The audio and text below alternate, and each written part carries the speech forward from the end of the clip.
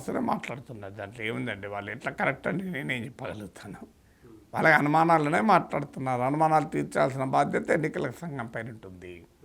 So అనుమానాలు వచ్చినా కూడా మాట్లాడొద్దని ఎలా చెప్పగలం రాజకీయ పార్టీలని? సో రాజకీయ పార్టీల అనుమానాలు రాజకీయ పార్టీ, ఎలక్షన్ కమిషన్ తన వర్షన్ తను చెప్తుంది.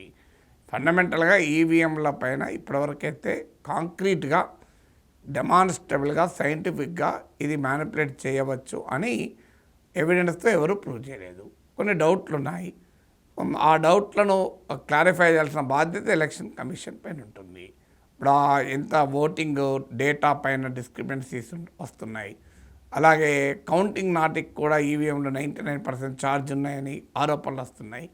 ఇలాంటి వాటిని ఆధారంగానే ఈవీఎంలు మ్యానిపులేట్ అయ్యాయని నేనే కంక్లూషన్కి రావడం లేదు. కానీ బట్ డెఫినెట్గా that needs to be address కదా.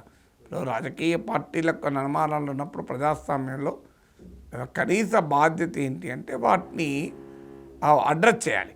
కన్సర్న్స్ని అడ్రస్ చేయకపోతే అనుమానాలు పెరిగిపోతాయి కదా. కన్సర్న్స్ అడ్రస్ చేసే పని చేయాలి.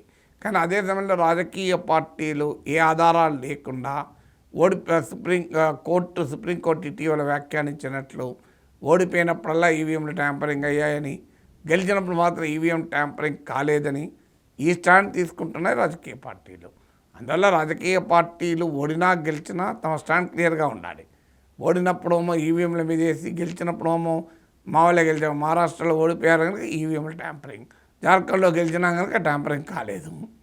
అది తాము గెలిచినప్పుడు ఇప్పుడు ఆంధ్రప్రదేశ్లో జగన్మోహన్ రెడ్డి ఇప్పుడు 2024 ఎలక్షన్ల తర్వాత ఈవీఎంలు అంటున్నాడు. 2019లో ఈవీఎంల గురించి చాలా గొప్పగా మాట్లాడాడు. చంద్రబాబు నాయుడు 2019లో ఈవీఎంలపైన అనుమానాలు వ్యక్తం చేశారు. 2024లో ఇప్పుడు చాలా గొప్పగా చెప్తున్నాడు ఈవీఎంల గురించి. అందువల్ల రాజకీయ పార్టీల సహజ ధోరణి ఏంటంటే వాళ్ళు ఓడిపోతే ఈవీఎంలు అంటారు. అందువల్ల రాజకీయ పార్టీలు అన్నాయనేది తర్వాత సంగతి. ఎన్నికల కమిషన్ అయితే ఈవీఎంల పైన వ్యక్తమవుతున్న అనుమానాలకు ఒక క్లారిటీ అయితే ఇవ్వాలి. చాలా ట్రాన్స్పరెంట్గా వ్యవహారం ఉండాలి. లేకపోతే ప్రజాస్వామ్యంలో ఒక్కసారి ఎన్నికల ప్రక్రియ పైన, ఎన్నికల విధానం పైన నమ్మకం పోతే చాలా నష్టం జరుగుతుంది కదా.